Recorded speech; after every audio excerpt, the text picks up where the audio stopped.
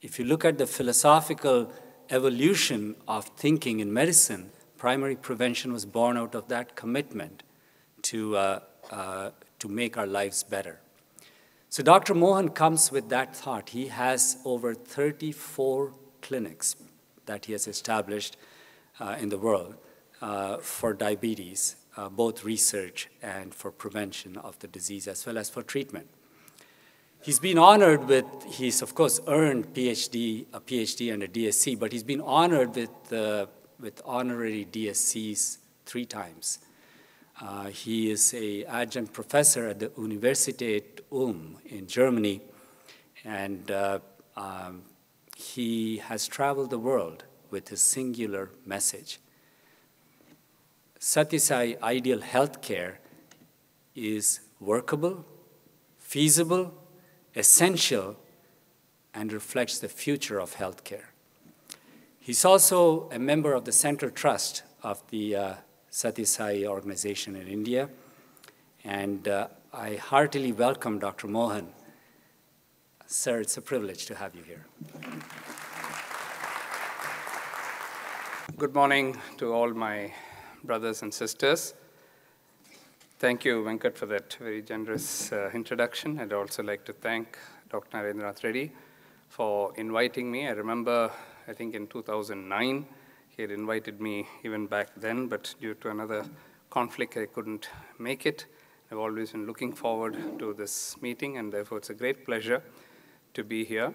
The first 2 talks were awesome, to say the least, and extremely humbling, and really touched my heart. Although I've said combining spirituality with healthcare and science, in the second part of my talk, I'll talk about some of the work we do in some of the rural areas in India. But I was specifically asked by Dr. Reddy to give an overview about diabetes and its prevention. And it makes a lot of sense because in India, the country from where I come from, we are just releasing some data which we'll probably send to New England Journal or Lancet, where we're looking at the healthcare profile in the entire country. In 1990s, when we looked at the healthcare profile of India, more than half of the states in India, half of the deaths, or more than half of the deaths, were due to communicable diseases. When we looked at that in 2016, there's not a single state in India, including the poorest state, where people are dying more of communicable diseases. It's all non-communicable diseases now, and diabetes tops the list. And therefore, at least in India, it's very relevant. I'd already thanked Dr. Reddy. I'd also like to thank all my colleagues at my center who helped me with the talk.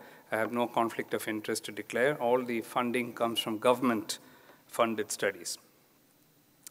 I'd like to start this talk with my late father, whose picture you see there, Professor M. Vishwanathan. He was the first diabetologist of India. In 1948, he started the first diabetic clinic at the Stanley Medical College in Chennai, where I work. I had the good fortune to join my father as a first-year medical student and started working with him in diabetes right from that time, an opportunity which very few people get when they do medicine. So I used to help him with making some of his slides. And this particular slide in the 1970s, I joined medical school in 71. In 1970s, my father used to say that diabetes is a migrant Indian disease. He predicted that there would be a lot of diabetes in India, but at that time, the prevalence of diabetes in an Indian Council of Medical Research, ICMR, which is equivalent to your NIH here in the US, was 2% in the cities and 1% in rural areas. So it really wasn't a very common disease. But he also used to show this slide, which I used to help him to prepare, that if you went to Singapore or Malaysia or Tanzania, UK, South Africa, Mauritius, Fiji, and even the United States or Canada, diabetes in the Indians there, and when we say Indians, it also applies to South Asians, so Pakistan origin or Nepali or Sri Lankan origin people, the same story, that the prevalence rates were 6%, 8%, 10%. All these, of course, depend on the period of time, the sampling, and so on. But clearly, 4 to 5 times higher. So clearly what my father said at that time was true. It was a migrant Indian phenomenon. You had to migrate somewhere to become prosperous and rich and then get diabetes. But then what happened was that in India, things started changing. As you know, in 1991, India opened up its borders, and very rapid economic development took place. And with that, non-communicable disease like obesity, diabetes, hypertension went up. And this has great significance when you're considering a Sathya global medical mission all over the world. Even in developing countries, today you have to talk about communicable, non-communicable diseases. So if you look at the Indian scenario there, in urban areas, from 2%, 4%, these are studies done at different points of time over a 40-year period, different sampling frames and so on. But the message is loud and clear. 2%, 4, 5, 11, 12, 19, 20, and the latest studies in 2015, published from an NIH-funded study which we are doing, the CARS study in Chennai, our group, and at All India Institute, Dr. Nikhil Tandon's group in Delhi, it's now in excess of 22-25% of the population. What do you mean by 22-25%? These are people who are above 20 years of age, and that's not an age where you normally get type 2 diabetes. If you take somebody living in Chennai, and I'm coming to that in the next slide, who's 50 years old, it's much, much higher. In rural areas, not far behind, always about half of the urban areas, but still we're getting figures, double figures now, 16%, 18%. But the problem with these studies are, these are all isolated studies done in different cities, so you really need a national study to look at that. Before that, we asked another question. Okay, my father said that it was a migrant Indian phenomenon. With these kind of numbers now, is it still a migrant phenomenon? So let's look at that, we said. So we, in collaboration with Dr. Alka Kanaya right here in California, who has the Masala study, we looked at the diabetes in Indians in Chennai and the Indians living in California. And if my father was right at that time, it should have been much higher here in California. But the results were astounding. These are the figures, and we looked at 40 to 84 years age group because in California, they only sample people above 40 years of age. So we had to compare. Identical kind of studies. If you look at the prevalence in Chennai in red compared to the Indians in San Francisco, it's much lower here.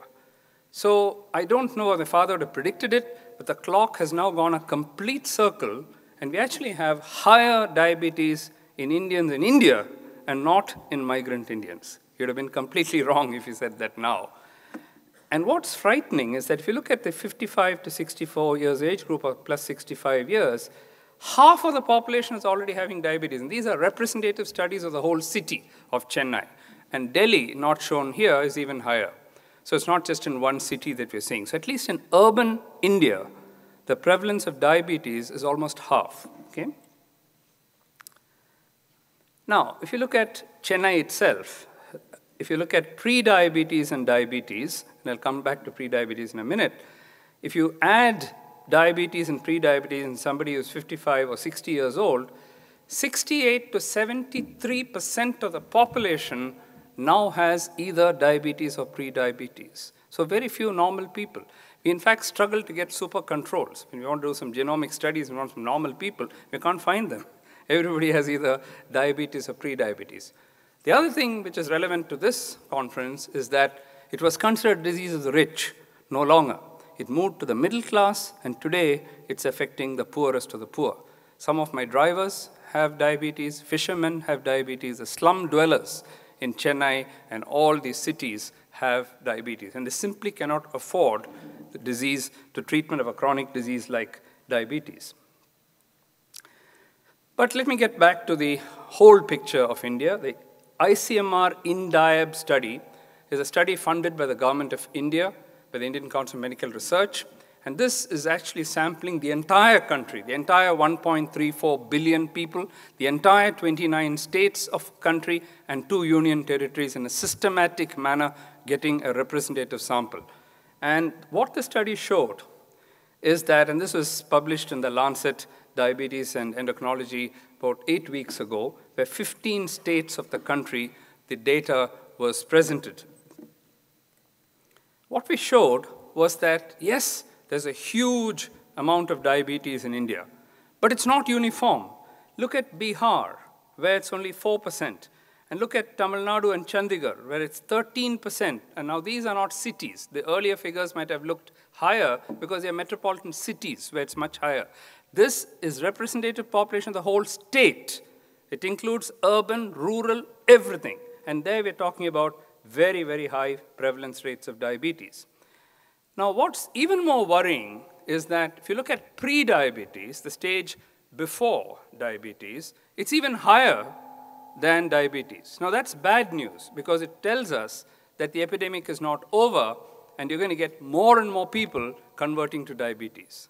But to me, it's actually a window of opportunity because you can do something about this, and these are talking about millions and millions of people who have pre-diabetes. And hopefully later on in the workshop, we'll talk about some of these preventive aspects, but this gives us a great window of opportunity. Now, to further confirm that, now my third generation, my daughter Anjana is also an endocrinologist, as is my son-in-law. So we have 3 generations now in the family. So she looked at a 10-year follow-up study of what we call as the CURE study, the Chennai Urban Rural Epidemiological Study, 26,000 people. She followed them up for 10 years, the same individuals, to see how many of them had developed new onset diabetes. Now, when we looked at that, what we found was that that's a study. I won't go into that. So we looked at those who had normal glucose tolerance in the year 2001, 2003. Now, these are people to whose homes we had gone. We had done OGTTs free of cost for them, and then followed these individuals for a 10-year period. And at the end of 10 years, we looked at the conversion rate from diabetes to pre-diabetes, from normal glucose tolerance to pre-diabetes, and pre-diabetes to diabetes, and calculated the incidence rate of diabetes and pre-diabetes. And here are the results. In about 1,000 people who had normal glucose tolerance in 2000, many developed impaired glucose tolerance, one form of pre-diabetes, some developed impaired fasting glucose, and you put it all together, that's the conversion rate, 29.5 per 1,000 person years. There's only a couple of reports in the world which have followed people from normal glucose tolerance right through from pre-diabetes and diabetes. And believe me, this is the highest conversion rate ever reported. What was even more worrying is during the 10-year period, people not only went to pre-diabetes, but an equal number developed diabetes, which means that they have zoomed through the stage of pre-diabetes and actually landed in diabetes over that 10-year period. Now, when we look at the next stage, those who already had pre-diabetes in 2001, 2003, and then followed them up for 10 years, these are 5 studies which I'm quoting here. Oops, doesn't go back? Oh, yeah, okay. So here are 5 studies, the Danish, the Nehru, the American, the Strong Heart study, the Pima Indian study here in Arizona, which has the highest conversion rate from pre-diabetes to diabetes. Ours is in 2nd place. But the problem is that the average body mass index, the obesity rates of the Pima Indians, as you know, are very obese. The BMI was 32, whereas in the Indians in Chennai, it was 25. So with a BMI of 25, we almost have the same conversion rate as the highest reported group in the world. And if you just adjust for that, we are actually the highest converters from pre-diabetes to diabetes. And this was actually proved by another study published by Navid Sattar and Gill, published in the Lancet in 2015, where they showed that the South Asians in the UK, shown here in red, progressing from normal to impaired glucose tolerance, pre-diabetes to diabetes, and these are the white Caucasian population, the Europeans, and you can see how much faster the Indians are progressing to diabetes. In fact, they predict that 5 to 10 years earlier, they're going to convert to diabetes. So to us, who are doing preventive work and who want to work with the community, ladies and gentlemen, this gives us a golden opportunity. If we can identify people who have pre-diabetes, and later in the session I'll talk about a simple risk score, which only needs 3 questions. How old are you? Does your father and mother have diabetes? And do you exercise? It takes 1 minute to answer those 3 questions. And then a simple waist measurement using a tailor, the inch tape that the tailor uses. Costs 0 rupees and gives you a 72% sensitivity and specificity of diagnosing undiagnosed diabetes in the community. It's as simple as that, and we can all use that. In one of the interviews which I was blessed to have with Swami. Swami asked me, "Doctor, what is the cause of this sudden rise in diabetes?" At that time, we just published a paper on genetics, so I thought he was referring to that. And I said, "It's genetics, Swami." And he said, "No, you had the same genes in 1970s, so why didn't you have diabetes then?" So I was stumped. And so I said, "Physical activity, Swami, nowadays physical activity is coming down." He said, "Partly right, but in India, in South India particularly, it's the rice intake." It was Swami who first told me it's a rice intake, and he also told me, "You have the data, but you have not looked at your own data," which is true. So I went back to my colleagues, looked at our own data, and we found that he was actually absolutely right. It is not genetic, it's environmental. Incidentally, this was that Nature Genetics paper where we found 6 novel genes in South Asians, not found in any other populations. But this is not the cause. These are just leaders, and these are not strong enough to produce diabetes. They're very, very weak genes. So it is environmental factors. And when we looked at what is happening in society, this is what is happening in society. Any society which is transitioning in the poor developing world, like India, instead of carrying weights on their head, they only carry mobile phones now. Instead of children playing in the field, this is how they now play football, virtual football. And instead of the frugal meals that we ate, these youngsters who are earning a lot, working to US timings, working in Bangalore or in Chennai, the IT guys, at 2 a.m., this is what they get to eat, because most of the restaurants are closed, and they can't get home food. So all this means that there is increased calories, glycemic load, decreased physical activity, and other forms of urbanization like pollution and so on, which probably Anupam Ganguly will talk about later. So here is the data which we did after Swami told us, and what we found was that if you divided Chennai into 4 quartiles of those who took rice, which is a predominant form of carbohydrate, you'll find that by the time somebody takes 400 grams of rice instead of 200 grams of rice, just a doubling of the rice intake results in a 4-fold increase in diabetes rates. 4-fold. So if you had 8% here, it becomes 32% there. And you've corrected for all other factors, including income, family history of diabetes, physical activity, socioeconomic status, and so on. So a clear driver of the epidemic. But physical activity is also important. So if you're going to give 2 messages for prevention of diabetes, eat less carbs, take more vegetables and protein, and exercise more. As I'll show you, that mantra is enough to prevent diabetes in a lot of people. Now here is physical activity data showing you that those who exercise, 5%, those who don't, 17%. These are old data. It's much higher than that now. But Swami has always said that prevention of disease should be the goal, and we should aim at a human society free from diseases. In fact, Swami used to say that if patients need you doctors less and less, it means it's a very healthy society. Okay? So it's actually true. But we should be doing preventive medicine, which means we should be all wearing the cap of being community medicine leaders, not just prescribers of drugs. So let's talk about prevention of diabetes.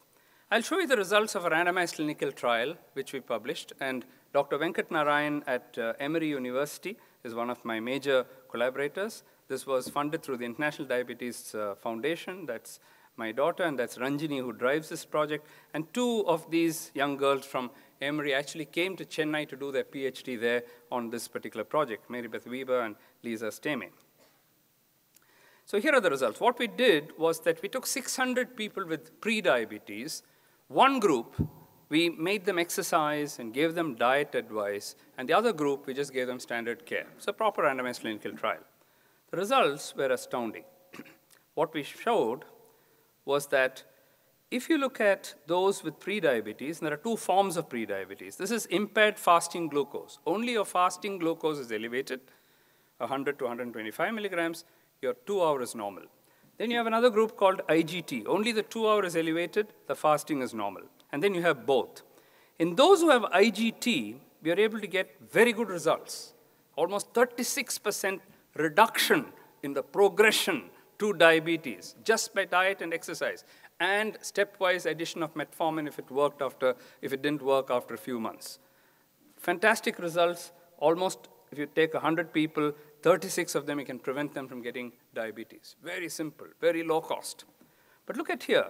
The group with impaired fasting glucose is only a 12% reduction. This was not known in the world literature because all the other prevention studies, including the DPP study done here, the Diabetes Prevention Program done in the US, had only included people with IGT. They did not include people with IFG. So we concluded that stepwise diabetes prevention is possible. You can reduce diabetes incidence by a third, but people with IFG require different interventions. So at least in one group of pre-diabetes, we know that you can, and even in IFG, 12% you can, so it's not like a zero result. In the last part of my talk, I want to talk about the rural story. And this is where I think a lot of health care can be offered free to these poor people. In India, we have a paradox. And the paradox is that 72% of the population lives in rural areas, but 75% of the doctors practice in urban areas. So what happens is that, and the same in Nepal and Sri Lanka and everywhere else. So you have, in rural areas, you have poverty, low literacy rates, problem of access, and of course, leave alone diabetes facilities, you don't even have medical care, okay? So we said, can we make the 6A test possible? What is a 6A test? We should make diabetes care available, accessible, affordable, appropriate, acceptable to the community, and accountable. If you're able to do this in rural India, you have made it. Unfortunately, there's no model. There's no government model. There's no model in any other country, so we had to innovate. We had to do something as a trial project. So what we did was, around that time, while we were thinking about this, I got a call from the zamindar of a village in Chinampas. And Chinampas is a village to the south of Chennai. This is South India, that's Tamil Nadu, that's Chennai. And in Kanchipuram district, south of where I live, in the southernmost part, there's a village called Chinampas. I didn't know about this village until I got a call from the zamindar who said, can you come and see me? So I said, what do you want to see me about? No, I want to give you some land. Oh, that's interesting. So I went along. So I went and met him in his village, and he said, I have plans to give you 10 acres of land, free. So I said, oh, thank you. Oh, not so fast. You have to do something for my people. So I said, what do you want me to do? He said, that's what I want you to tell me. I'll give you 10 minutes, go out.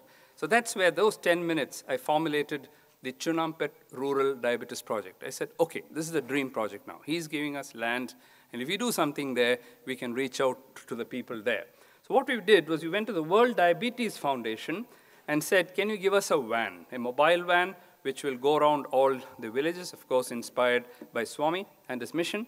They went to the Indian Space Research Organization and said, we need a satellite, because doctors are not going to go to rural areas, so we'll have to sit in the cities while some of us, a team, went there and did the screening activities there. And that's the van. We created the whole van. We built the chassis and then built the whole van. So inside it, there is screening for complications, a retinal camera, a Doppler, biotismetry, ECG, video conferencing, and so on. And if this video works, which, yes, it does. So we go to huts such as this, and then we explain to them. So we take young men and women who are unemployed there. And this is part of one of our past presidents, Abdul Kalam, who said the concept of Pura, providing urban amenities in rural areas. So we take these young men and women who are unemployed. Half the day they will be doing the housework, and then the other half of the day they are free. We teach them how to do blood sugars, blood pressures, and so on. If somebody there has diabetes, like this lady, the van is parked there, so they can go there. This is the van driver who actually doubles up as an eye technician. Because after he drives the van, what does he do? He then he takes pictures, retinal pictures, sends it to our office in Chennai, 120 kilometers away, where our ophthalmologist, Dr. Prathipa, is looking at the pictures, talking to the patient, explaining to her the model of the eye, what is the retina, the back portion of the eye, and telling her why we do this. In the land given by the zamindar, we built the Sai Rural Center. Now, where do we find doctors? We found a doctor practicing there. So I went to him and said, you know what, you want to become a diabetologist? Come over to Chennai. So we took him and put him back in his own village. So since he's from his own village, he continued to work there. The results were amazing. The government gave us permission to take all the villages, not just Chinampas, but 42 villages in and around. So we were able to give education about diabetes, awareness about diabetes to 200,000 people in a span of 2 to 3 years, 42 villages. We screened the entire adult population of these villages, about 27,000 people, and picked up all those who had diabetes, self-reported diabetes, and then did the first screening for complications in all these villages who never even knew that they had diabetes in the first place. Also got the first rural data on retinopathy, nephropathy, neuropathy, and so on. What was most satisfying was that using very, very low-cost generic drugs, we were able to bring down the A1C. For example, metformin, you can get from 50 paisa upwards, okay, less than a cent. And sulfonylurea is also for the same cost. So we're able to bring the A1Cs down of the whole villages, of those 42 villages, everybody living in the villages, within the first year from 9.3% to 8.5%. This was the first example of rural diabetes care, which was done not by the government, but through a non-governmental organization like ours. This was actually published in The Lancet, and The Lancet concluded by saying that the Chinampas Rural Diabetes Project thus seems to be a good model for delivering preventive and therapeutic diabetes healthcare rural areas. Needless to say, everything was done completely free of cost.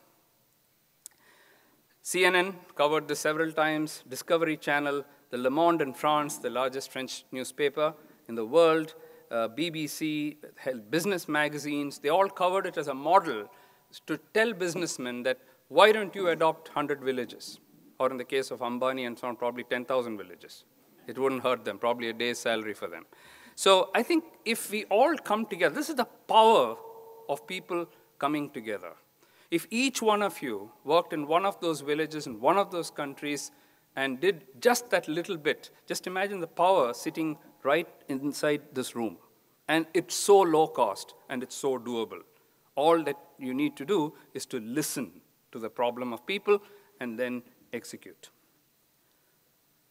So I'd like to conclude, ladies and gentlemen, by saying that the diabetes epidemic in India is still spiraling upwards. The number of people with pre-diabetes exceeds that of those with diabetes. This provides a golden opportunity to prevent diabetes. We have shown through randomized clinical trials that diabetes is preventable. Now the next stage is to carry this to the community and try to prevent the burden of diabetes. It has been estimated that about 25% or 30% of all patients at some stage will have diabetic kidney disease. And it's also been shown that once you develop end-stage renal failure, you know the number of nephrologists here, the only treatment that you have is dialysis or transplantation. Currently in India, 2% of all Indians can afford, 2% of all Indians can afford either dialysis or transplantation.